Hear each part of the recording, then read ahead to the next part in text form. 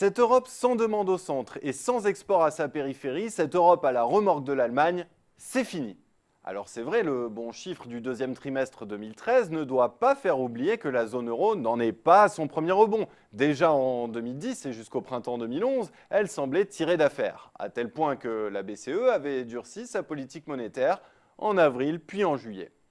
Ce bon chiffre ne doit pas masquer non plus que le terrain perdu est loin d'avoir été rattrapé avec une activité encore inférieure de près de 3% à son niveau d'avant la grande récession.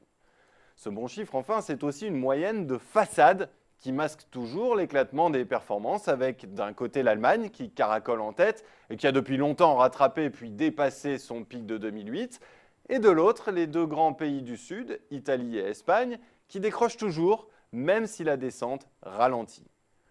Quant à la France, eh bien, elle est juste en passe de retrouver son niveau de PIB d'avant-crise. Alors pourquoi croire enfin à une vraie reprise ?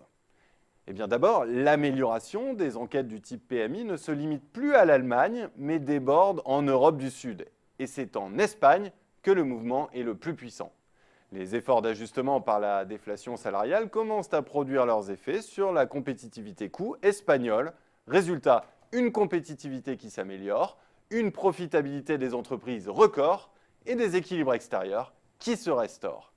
L'Espagne exporte ainsi à des rythmes qui n'ont plus rien à envier à ceux de l'Allemagne et signe le réveil de la production industrielle. Autre bonne nouvelle, l'apurement de la bulle immobilière n'est plus très loin, comme le montre la stabilisation des prix dans l'ancien au deuxième trimestre.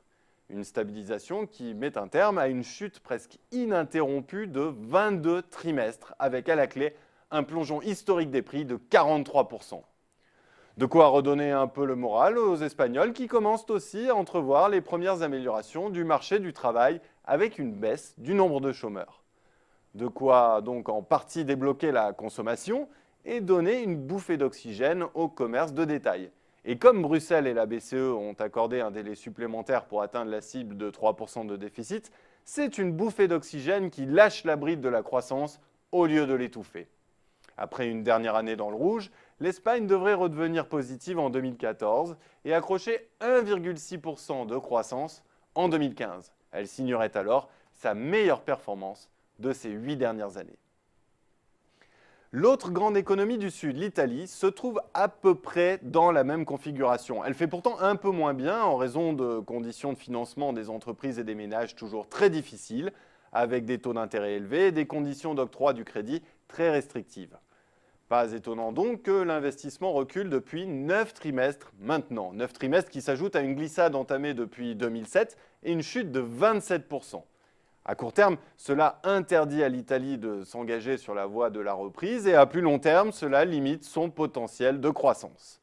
À tout cela s'ajoute l'instabilité politique et ses conséquences sur les conditions de financement de la dette souveraine et les blocages en interne en matière de réforme. Par conséquent, nos prévisions se situent un cran plus bas qu'en Espagne avec un PIB en hausse de 0,4% en 2014.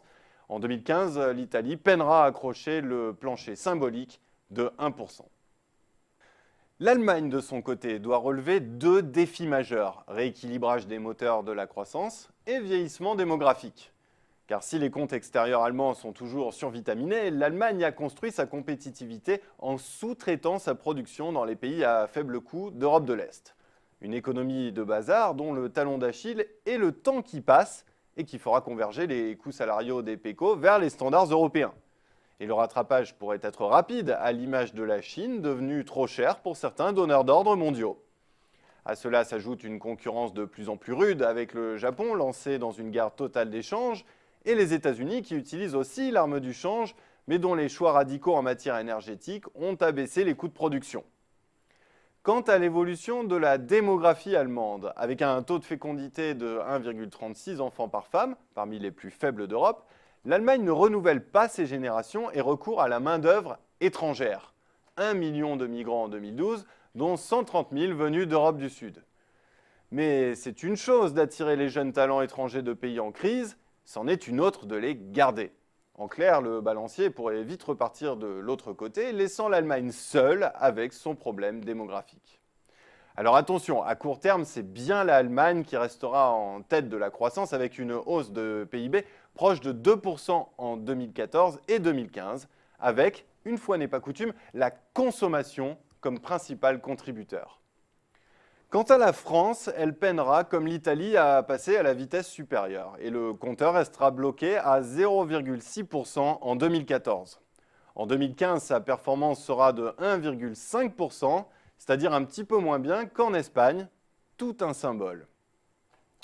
Enfin, ce tour d'Europe ne serait pas complet sans un mot sur le Royaume-Uni. À la grande différence des pays du Sud, le gouvernement britannique n'a pas fait la chasse aux recettes fiscales, bien au contraire. Coup de rabot sur les tranches supérieures de l'impôt sur le revenu, exemption de cotisations patronales, exonération de l'impôt sur le climat, baisse de l'impôt sur les sociétés bientôt ramenée à 20%. Bref, la carte jouée est bien celle de l'attractivité fiscale, le tout accompagné de mesures de soutien à l'économie. 17 milliards de livres cette année, soit 1% du PIB, ont été débloqués. Au menu, on a donc keynésianisme fiscal et injection massive de liquidités avec des taux directeurs au plancher comme aux États-Unis. Comme aux États-Unis aussi, le Royaume-Uni mise sur son industrie pour se relancer avec les mêmes leviers, c'est-à-dire premièrement faiblesse de sa monnaie nationale et deuxièmement gaz de schiste pour abaisser ses coûts de production. Et ça marche. Le Royaume-Uni affichera la meilleure performance des grands pays européens en 2015. Selon notre scénario, la croissance britannique atteindra alors 1,8% après 1,5% en 2014. Mais comme de coutume, les Britanniques ont le regard davantage tourné vers les États-Unis et le grand large que vers le continent. Le continent, cette Europe écartelée donc, mais cette Europe de retour avec des écarts qui se resserrent entre le cœur et la périphérie. Une Europe à contre-emploi aussi, avec une Allemagne qui consomme, une Europe du Sud qui exporte et un Royaume-Uni qui se réindustrialise. Mais aussi une Europe contre l'emploi, avec un chômage record figé à 13% en 2014, comme en 2015.